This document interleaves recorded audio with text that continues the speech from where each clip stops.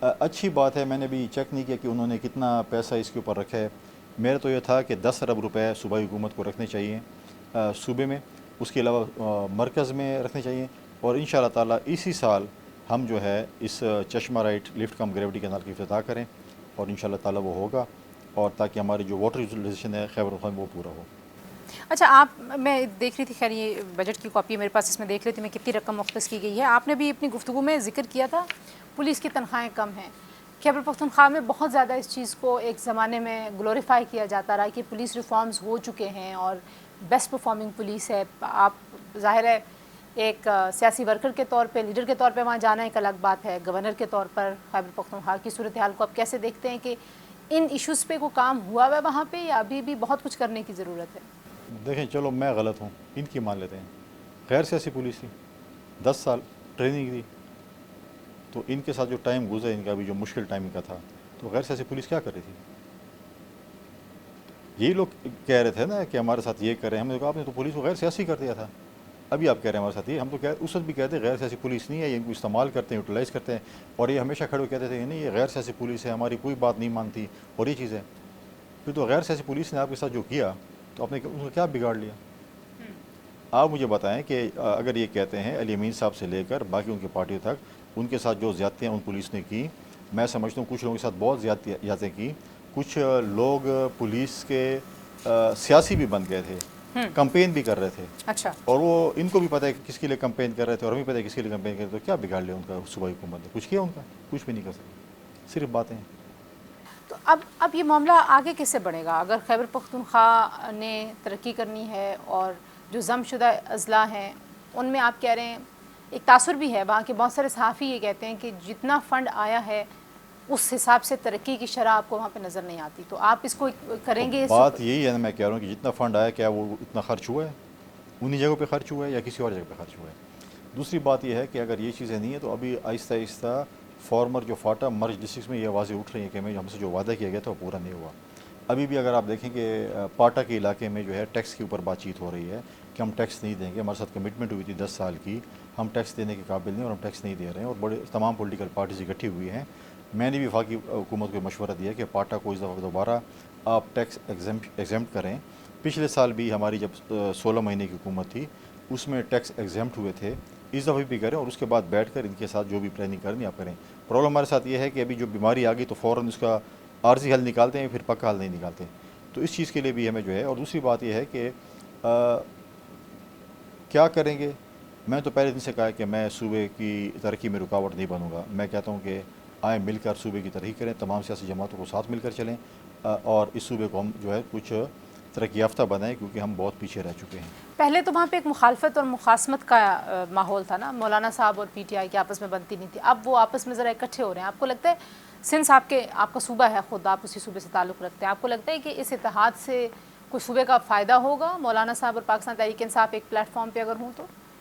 مولانا صاحب نے کبھی اس قسم کی پالیٹکس میں سمجھتا ہوں کی تو نہیں ہے. وہ جمہوری پالیٹکس کرتے ہیں، اچھی پالیٹکس کرتے ہیں، اور سننے میں آ رہا ہے کہ پی ٹی آئی اور ان کا اتحاد ہو رہا ہے. پالیٹکس میں اتحاد ہوتے رہتے ہیں، گروپ بندیاں بھی ہوتی رہتی ہیں. جب مولانا صاحب اور چکزئی صاحب ہمارے پاس آ رہے تھے تو پی ٹی آئی والے کہتے ہیں کس چمک کے ذریعے آئے تھے؟ ہم نہیں کہہ رہے چمک کے ذریعے گئے ہیں، لیکن میں اس دن کے انتظار میں ہوں کہ علی امین صاحب اور مولانا فضل الرحمان صاحب ایک ٹرک پہ سوار ہوں گے. تو ہم دیکھتے ہیں کیا آپ کرتے کے ہیں. لیے منظر کافی دلچسپ ہوگا، دونوں کا تعلق ڈی آئی خان سے ہے. اور نہیں، اچھی بات ہے. میں بھی مولانا صاحب کے ساتھ پی ڈی ایم میں ہم اکٹھے تھے، ہم نے کیا پوزیشن. نہیں، لیکن آپ کی اور مولانا صاحب کی ظاہر اس طرح کی مخالفت نہیں ہے نا جو علی امین اور... تو آپ کو اس حد تک نہیں جانا چاہیے نا. جب آپ ایک کو کہیں کہ یہودی ہیں، اب وہ پوری لائبریری کھلی ہوئی ہے، کتابیں پڑھ رہے ہیں کہ یہودی مسلمان کیسے ہو سکتا ہے، اور جو ہے جو بھی نام ہے میں وہ نہیں لینا چاہتا مولانا صاحب کے لیے، حضرت مولانا فضل الرحمان کیسے کہلایا جا سکتا ہے. تو لائبریری ہے، ریسرچ سب کچھ شروع کافی مشکل ہے یہ والا یو ٹرن. ریسرچ شروع ہے، دیکھتے ہیں کیا نکلتا ہے. ایک اور بریک لیتے ہیں جی، بریک کے بعد واپس آئیں گے. صوبے میں ایک اور بڑا ہی اہم معاملہ ہے، وہ ہے دہشت گردی کا، اور دہشت گردوں سے جو مذاکرات ہوئے پاکستان تحریک انصاف کے زمانے میں اس پہ بہت زیادہ تنقید کی جاتی ہے. تو اب موجودہ سیٹ اپ میں اس معاملے کو کیسے ٹیک اپ کیا جائے گا، اور جو اوور آل ملک میں مفاہمت کی بات ہے کچھ اس پہ بھی بات کریں گے. Stay tuned. Welcome back to News Today جی، اور ہم بات کر رہے ہیں گورنر خیبر پختونخوا فیصل کریم کنڈی صاحب کے ساتھ. اور فیصل صاحب، میں نے آپ سے دہشت گردی کے معاملات پر بھی بات کرنی ہے، لیکن اس سے پہلے یہ بھی بتائیے کہ علی امین گنڈاپور صاحب جو ہیں وہ 2-3 دفعہ یہ انہوں نے کہا کہ وہ وفاق پہ قابض ہو جائیں گے، اسلام آباد بند کر دیں گے.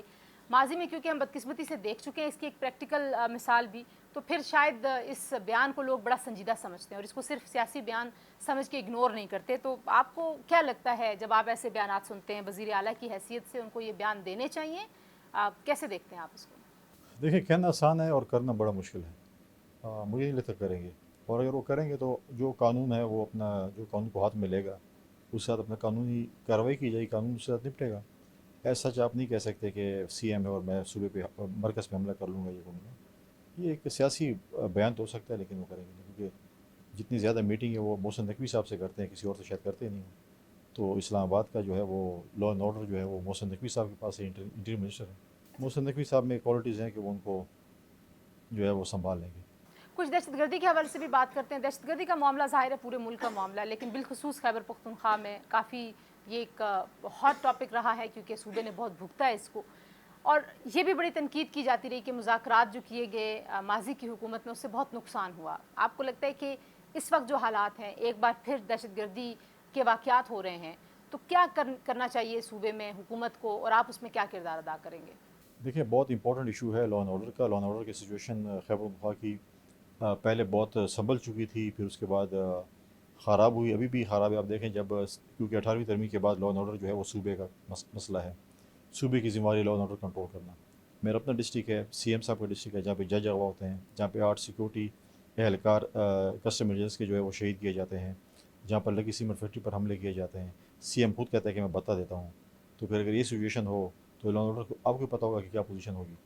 اور اس وقت بھی میں سمجھتا ہوں کہ لا اینڈ آرڈر کی جو ہے وہ ٹاپ پرائورٹی ہے، اور اس کے بعد اکانومی ہے. تو آپ جس بات کر رہے تھے کہ انہی لوگوں کو جب یہ لوگ لائے تھے ماضی کی حکومت میں تو انہوں نے کہا تھا یہ پرامن لوگ ہوں گے، یہ جو ہے کوئی کچھ ہتھیار نہیں اٹھائیں گے. آج انہوں نے ہتھیار اٹھا لیے، آج وہ ملٹنسی پہ آ گئے ہیں، تو ہم کس کے گریبان پکڑیں. لیکن اس وقت بھی صوبہ خیبر پختونخوا کی جو ٹاپ پرائورٹی ہے وہ امن و امان ہے. امن و امان بحال کرنا، اس کے بعد اکنامیکل سچویشن جو ہے اس کے بعد. فیصل صاحب، جو ہمارے ہاں سیاست ہے ظاہر ہے اس میں ذرا سا کرائسس بڑھتا ہے تو لوگوں کو لگتا ہے کہ ساری بساط جمہوری لپیٹی جانے لگی ہے. اور آپ جب سے گورنر بنے ہیں خیبر پختونخوا کے، ہم بار بار گورنر راج کا ذکر سن رہے ہیں. تو کسی نے آپ سے کہا کچھ ایسا؟ آپ نے کوئی جب آپ یہ عہدہ سنبھال رہے تھے تو کہیں پہ گورنر راج ذہن میں تھا، کہیں کسی پالیسی میں تھا، یا یہ صرف ایک بات ہے؟ میں تو نہیں سنی، پی ٹی آئی والے لگے ہوئے کہتے ہیں گورنر راج لگ رہا ہے، پتہ ان کو کیا جو ہے وہ ہو رہی ہے کہ گورنر راج لگ رہا ہے. لیکن ایسی گورنر راج کی بھی باتیں انہی کی زبانی سن رہے ہیں، باقی تو میں نے کسی سے نہیں سنی. انہی کو پتہ نہیں کوئی ایسا ذہن پہ سوار ہو گیا ہے گورنر ہاؤس اور گورنر راج اور یہ چیزیں. لیکن میں جس پولیٹیکل پارٹی سے آیا ہوں وہ ایک سیاسی جماعت ہے، ایک ڈیموکریٹک جماعت ہے، اور گورنر راج میں نہیں سمجھتا کہ آج کوئی ایسی صورتحال جو ہو. فیوچر کی آپ کوئی پریڈکشن نہیں کر سکتے کیا ہوگا کیا نہیں ہوگا. لیکن میں سمجھتا ہوں کہ صوبے کو اس سچویشن میں نہیں جانا چاہیے کہ وہ اس حد تک جائیں کہ وہ اس پہ ڈیبیٹ شروع ہو.